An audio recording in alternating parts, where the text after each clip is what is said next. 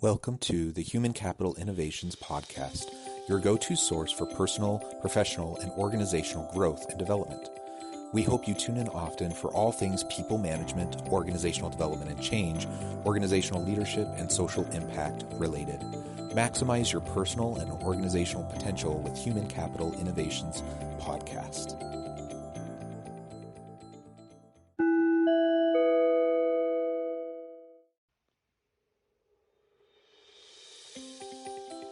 Welcome to the Human Capital Innovations Podcast. In this HCI podcast episode, I talk with Mike Vannelli about learning from people management mistakes and making sure employees are heard.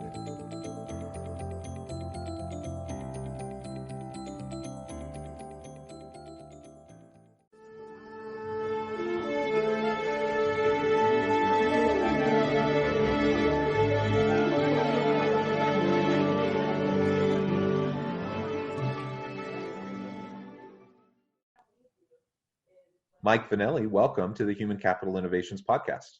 Glad to be here. Yeah, I'm excited to have a chance to chat with you. We're going to be talking about people management and learning from the types of mistakes that we've encountered in the past, learning and growing from those mistakes so we can improve moving into the future.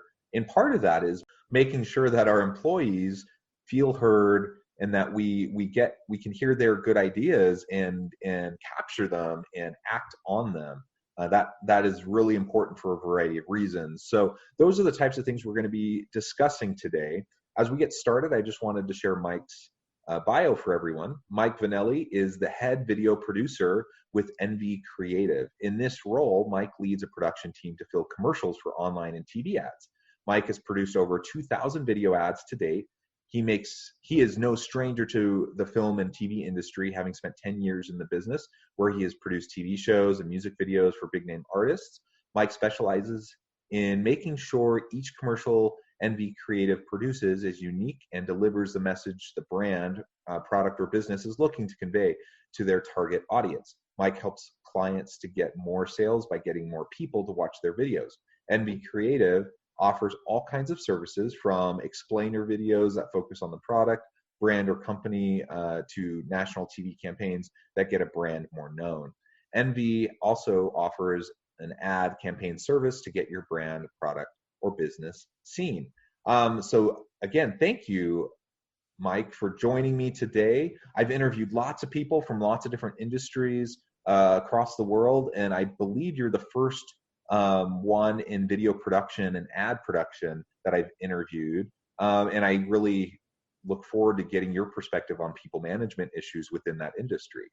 As we get started, anything you would like to share by way of personal background, context, anything like that? You pretty much hit it all on the head. I've been doing video production for a long, long time. And really, once I started doing commercials, that's kind of when I found my footing. And the reason why I like doing commercials so much is basically it keeps you really busy. We normally have between 50 and 100 projects going on at once. Thankfully, we have in-house creatives in pre-production, post-production, and production.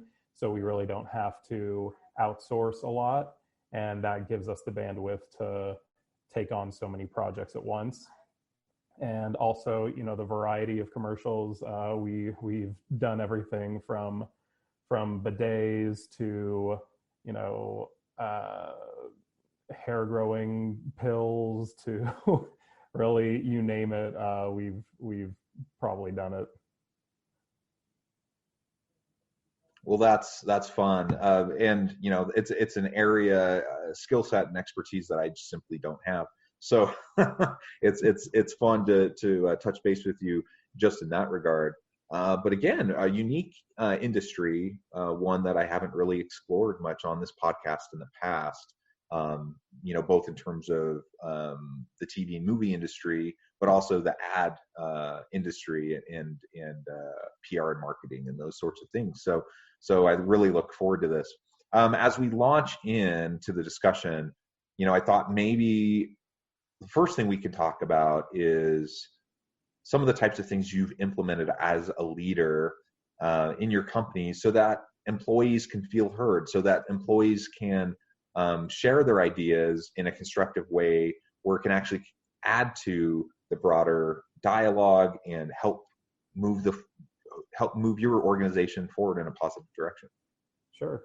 Yeah. So a while ago, so before we kind of implemented what we use now, it was mainly myself and the head of post-production that would kind of spearhead ideas that we thought were correct or that we thought that would be a good idea to implement at the company. So it was pretty much just him and myself that would discuss ideas to implement, and it was kind of one of those things where it's like, okay, we're the bosses, and here's what we're going to do, regardless of your opinion, and we'll see if it works or not.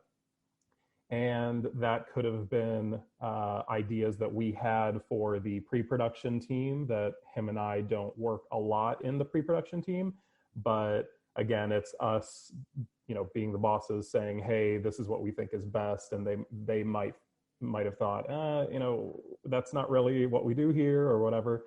And same thing for the other areas of the business as well. So I was talking with a colleague of mine that works at a different industry, different company, and they were saying how they do kind of a open forum at their weekly meetings, and I forget what they call it.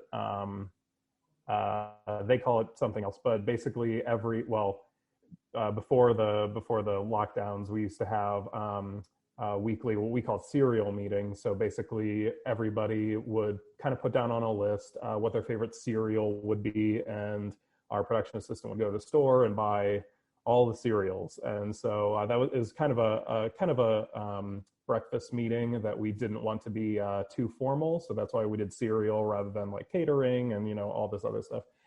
But anyway, so, we would do the normal meeting thing where we go over the past week and the week before and the current week.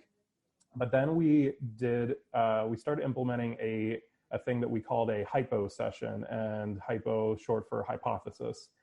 And with that, basically, everybody would bring one idea regardless of what department they were in and regardless what idea the department was for. So for instance, someone in the pre-production department might have an idea for the post-production department, or whatever. Or it just could be, a general idea, or it could just be a little idea that could be for anything.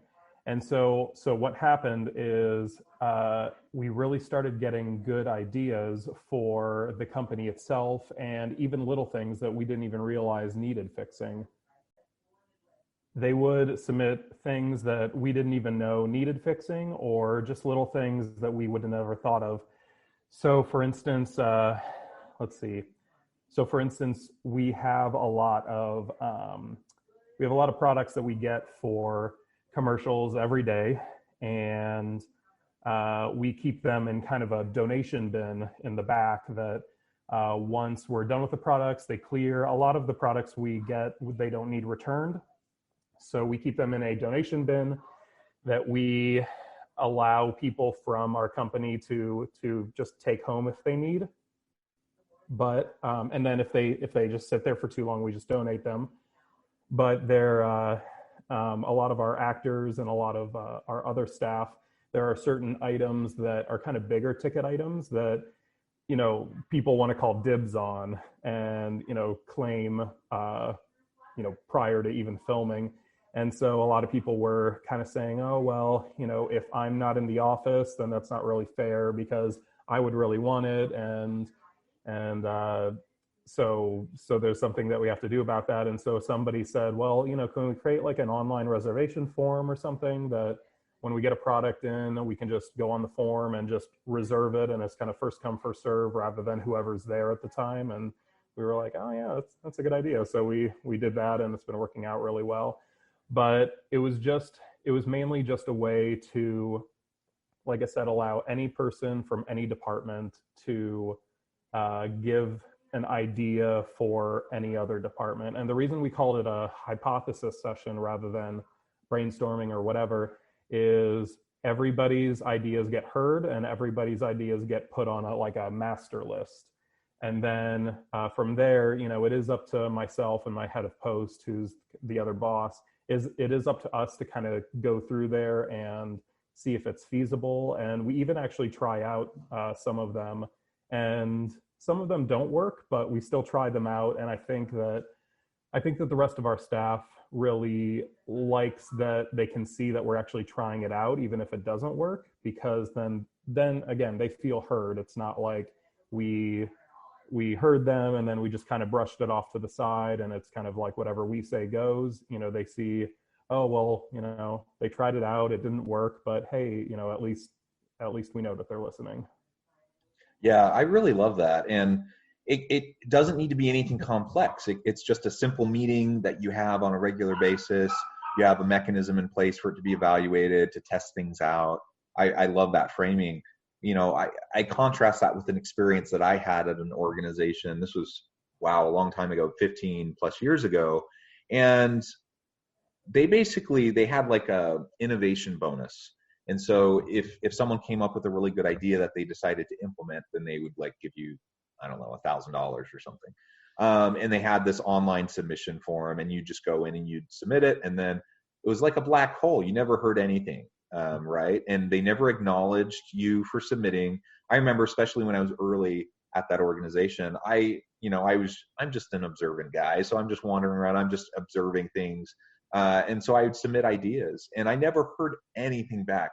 Nobody acknowledged anything that I submitted, and I never got a bonus. But then over time, what I started to see is that some of the things I had suggested started to pop up and that they started to do. And so they just took the idea. I mean, maybe other people had the idea too, I don't know. But I mean, it felt like they took the idea, they didn't give me credit, that they didn't give me the bonus, and they just absorbed it. And I felt anything but heard. I felt exploited, right? And I felt cheated.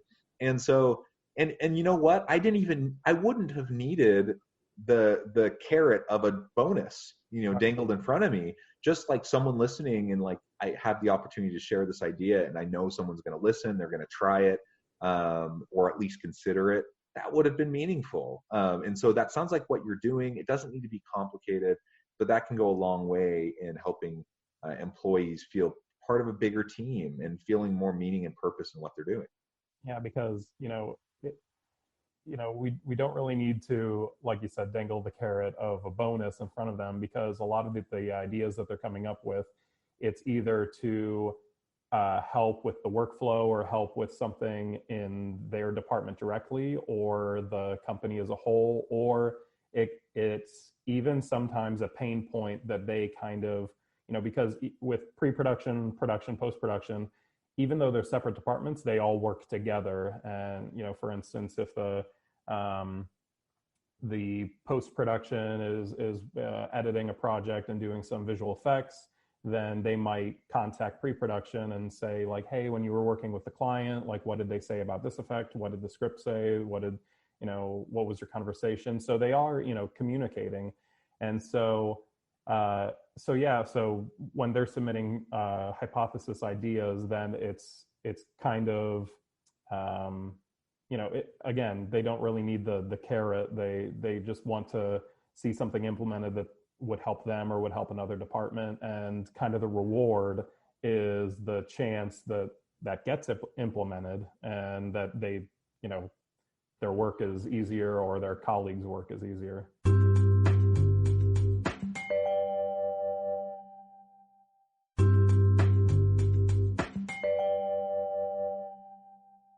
Which is innately rewarding, right? It has an intrinsic motivation factor to it. So that's really great. So I'm curious, to the extent you feel comfortable sharing, what are some of the types of missteps that might have happened over the years? What did you learn from them, and how have you been able to improve on the people management processes within your organization? Sure. So I can think of two instances pretty exactly. One instance was kind of it kind of has to do with not hiring internally, but promoting internally. And what I mean by that is We had one employee that was doing one job, and he was really great at his job. Um, he, I didn't hear it directly from him. I kind of heard through the grapevine that he was kind of wanting to move up, to a higher position. And at the time, we didn't really have anything except for kind of another position open that he wasn't like really trained for, and he didn't have a lot of experience in, but I thought that he might be able to do a good job. And so, I confronted him and I asked him if he'd be interested in the position. And I think because, he might have wanted to move up, that he, jumped at the position. And, I kind of told him like, hey, I know that you probably don't have a lot of experience in this, but we are going to give you some training, just some like online courses, and you can ask other people around the company how to do it and whatnot. So he ended up jumping into the position. He did a good job for what his skill level was at the position, but basically he ended up quitting after about maybe a year and a half at the position, and we left on really good terms. It wasn't a firing. He just said that it really wasn't for him, that it wasn't what he thought he wanted to do, and he kind of jumped at the position rather than waiting for a position that he really wanted to come along, and which I thought was fine. But then on my end, I kind of just realized like, hey, first of all, I shouldn't listen to the grapevine of just gossip around the office or studio about who wants to move up and whatnot. I should wait for somebody to approach me, or wait for a position that I know that they would be really good at and that wouldn't involve a lot of like new training. And then at the same time, it was just a learning experience. Again, kind of they didn't really know the details of the position, like they weren't trained for it, and kind of having to train them for the position. In hindsight, if I needed somebody for that position, I would have probably would have looked outside the company for somebody that was trained in that position, because I did spend a lot of time and money training them, for them to just work at the position for a year and then say bye. So, I could have saved a lot of time and money just hiring somebody that knew what they were doing from the get-go, rather than just, trying to hire internally at that point. Yeah.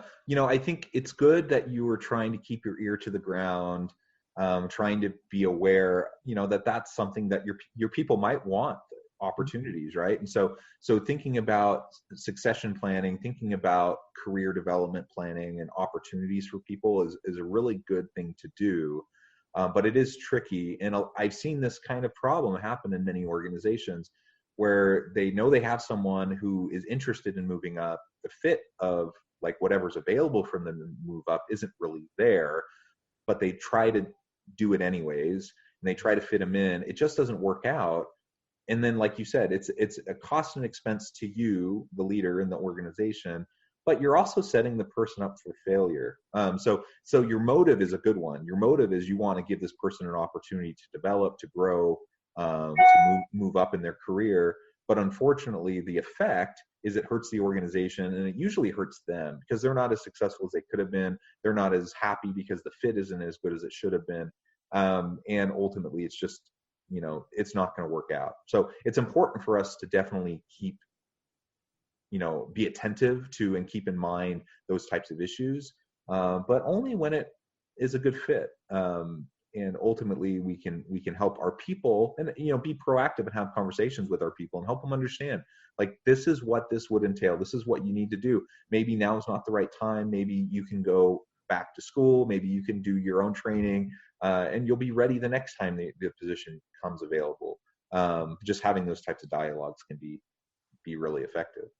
Right. And then on the flip side, the other one was kind of the opposite of that one, which was we needed we decided we needed an in-house writer because we were having just a subcontractor come in like once or twice a week to work on scripts, and so I decided I wanted to hire an in-house writer. And because of what I learned with with the other employee from the previous story, I didn't even look internally, because from my knowledge, nobody fit the description for the job role. And so I hired outside, hired a writer. She was really great. She did a really great job, but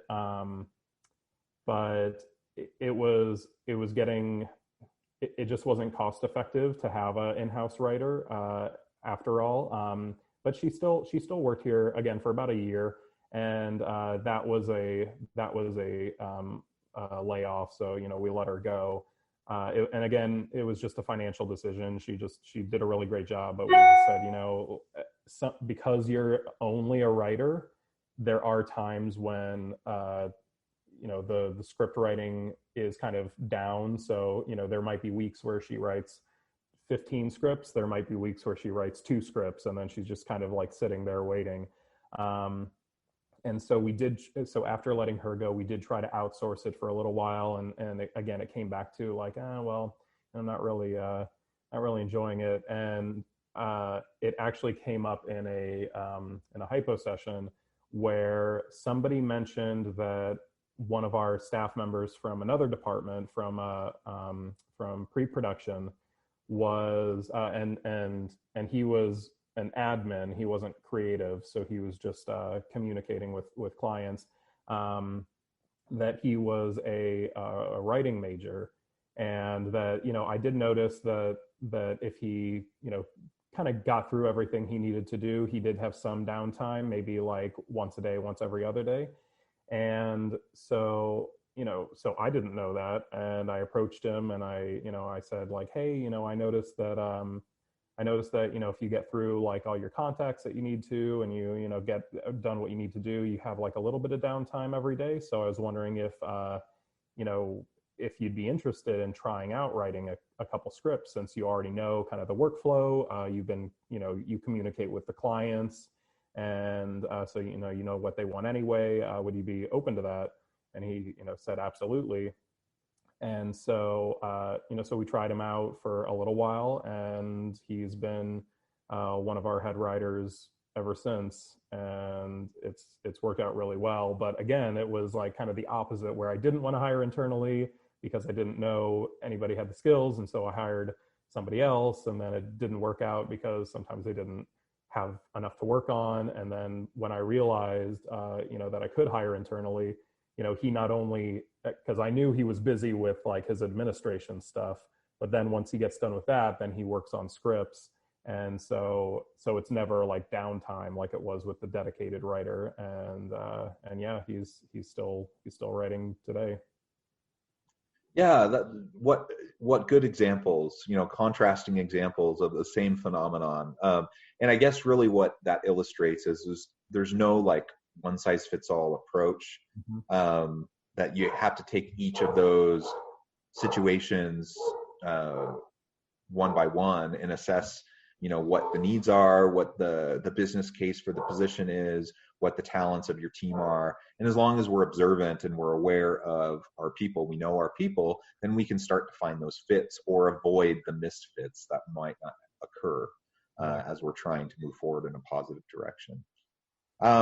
Well, Mike, that's been some really good insight into your industry. I also appreciate you sharing with everyone, those examples and the really important message about making sure that we listen and we give people a chance to be heard as they're part of our team. So they don't feel so isolated. They don't feel like they're doing their one little thing, but they're really part of a team, and they have the opportunity to contribute and to make things better for everyone.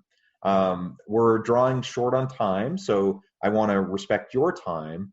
Before we part, though, I wanted to give you a chance to share with listeners how they can connect with you, find out more about your business and what you can do for them.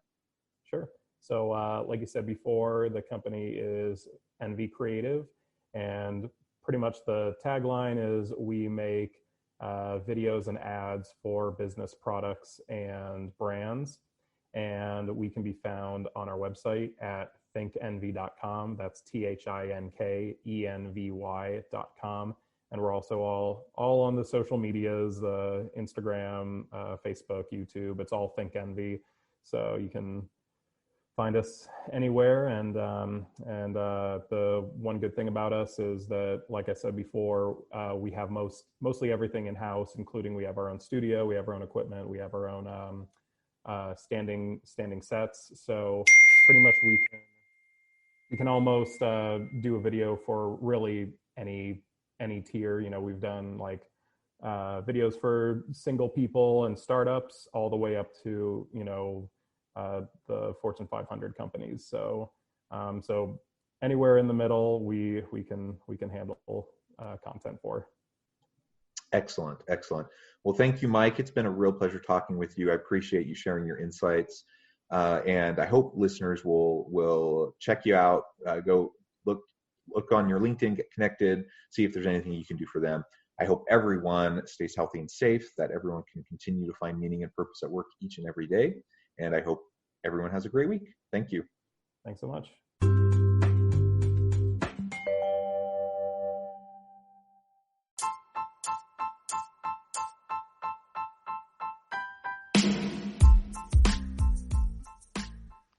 We are excited about the launch of HCI's new magazine, Human Capital Leadership. Human Capital Leadership is a free, interactive e-magazine designed to help individuals, leaders, and organizations find innovative approaches to maximize their human capital potential. We will be publishing issues quarterly in August, November, February, and May. Check out the first issue and let us know what you think.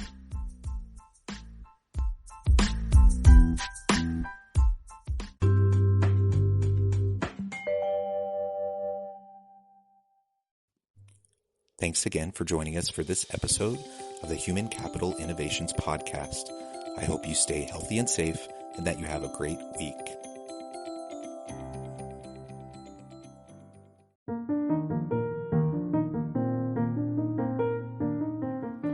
Check out our new weekly LinkedIn newsletter, Alchemizing Human Capital, exploring industry trends via original research and interviews with executives and thought leaders from across the globe. We look forward to having you join us.